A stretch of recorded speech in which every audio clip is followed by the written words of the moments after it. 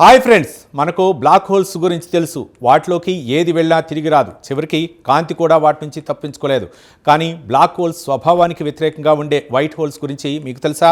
Physics ప్రకారం black holes లోపలికి లాక్కుంటే white holes ప్రతిదీ బయటకు విసిరేస్తాయి. అసలు ఇవి విశ్వంలో ఎక్కడున్నాయి? వైట్ హోల్స్ ఉనికి వెనుక ఉన్న ఆ సంక్లిష్టమైన క్వాంటం ఫిజిక్స్ సమీకరణలో ఈ వీడియో ద్వారా విశ్లేషిద్దాం. వైట్ హోల్స్ ఉనికి ఐన్స్టీన్ సాపేక్ష సిద్ధాంతాల్లోని గణిత సమీకరణలోనే నిక్షిప్తమై ఉంది.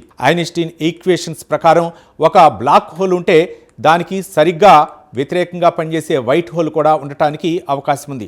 షాకింగ్ విషయం ఏమిటంటే వైట్ హోల్ లోపలికి ఏది ప్రవేశించలేదు, కేవలం బయటకు మాత్రమే రాగలవు. క్వాంటమ్ ఈక్వేషన్స్ ప్రకారం బిగ్ బ్యాంగ్ అనేది కూడా అక్షరాల ఒక భారీ వైట్ హోల్ పేలుడు అయి ఉండవచ్చునని శాస్త్రవేత్తలు అంచనా వేస్తున్నారు. అసలు బ్లాక్ హోల్స్కి వైట్ హోల్స్కి మధ్య ఉన్న సంబంధం ఏంటి?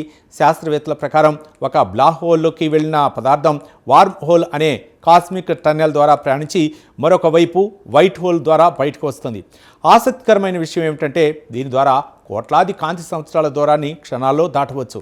ఇది మన భవిష్యత్ తరాల అంతరిక్ష ప్రయాణాలకు ఒక గేట్వే కాబోతోంది. నిజానికి ఇప్పటి వరకు మనం ఒక్క వైట్ హోల్ అని కూడా కంటితో చూడలేదు. కానీ విశ్వంలో అకస్మాత్తుగా వచ్చే శక్తివంతమైన గమారే బరస్టుల వెనుక వైట్ హోల్స్ ఉండవచ్చని నాసా శాస్త్రవేత్తలు అనుమానిస్తున్నారు. తాజా ఆస్ట్రోఫిజికల్ డేటా ప్రకారం కొన్ని నక్షత్రాల మరణం తర్వాత అవి బ్లాక్ హోల్స్గా కాకుండా వైట్ హోల్స్గా మారే అవకాశం ఉందని థియరిటికల్ ఫిజిక్స్ చెబుతోంది. నిజానికి వైట్ హోల్స్ అంతరిక్షంలోని అంతుచెక్కని ప్రశ్నలకు ఒక మెరిసే సమాధానం. బ్లాక్ హోల్స్లో మాయమైన కాలం ఇక్కడ మళ్ళీ పుడుతుందా అనే ప్రశ్న శాస్త్రవేత్తలనే ఆలోచింపజేస్తోంది. చూశారు కదా ఫ్రెండ్స్, అంతరిక్షంలో ఇలాంటి వైట్ హోల్స్ నిజంగానే ఉంటాయని మీరు నమ్ముతున్నారా? కామెంట్స్లో చెప్పండి. వీడియో నచ్చితే లైక్ చేయండి. ఇలాంటి స్పేస్ స్టోరీస్ కోసం ఇప్పుడే సబ్స్క్రైబ్ చేసుకోండి.